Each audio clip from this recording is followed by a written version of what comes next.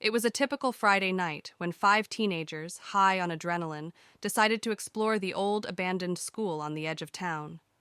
The place had been shut down for decades, and rumors of strange sightings made it the perfect spot for some urban exploring.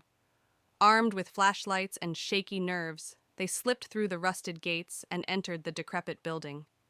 The air inside was stale, thick with dust.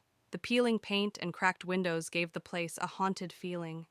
As they moved deeper into the school, their flashlights flickered over faded lockers and empty classrooms. Everything felt eerily frozen in time. "What's up with these posters?" Jess whispered, her voice barely a breath. On the walls were strange handmade posters. They weren't typical school posters, but instead had disturbing cryptic messages. Each one depicted unsettling images: eyes, hands reaching out of the dark, symbols that none of them recognized. The phrases were equally disturbing: "They are watching," and "Do not descend." "What the hell?" Brian muttered, leaning in to inspect one.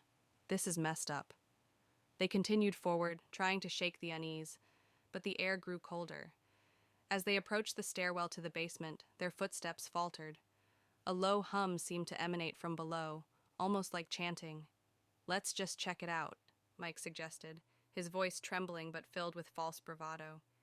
Against their better judgment, they descended the stairs, their flashlights casting long, trembling shadows. The basement was damp, the walls slick with mold. The smell of rot was overpowering, but what they saw next made their blood run cold. In the center of the basement, illuminated by dim candlelight, was a group of hooded figures standing in a circle. The low chanting filled the room, echoing off the walls. In the center of the circle was a crude altar, and atop it lay something wrapped in cloth, something human-shaped. The teenagers froze in terror, too scared to move. One of the figures turned slowly toward them, as if sensing their presence.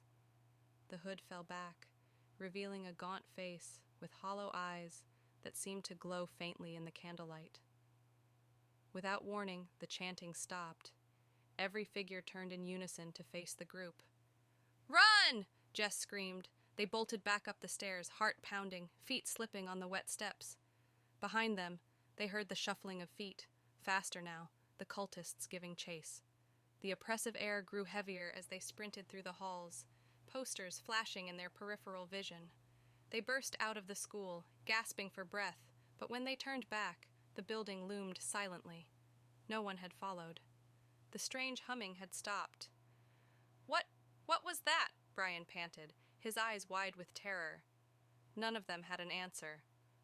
But as they hurried away, they noticed something horrifying.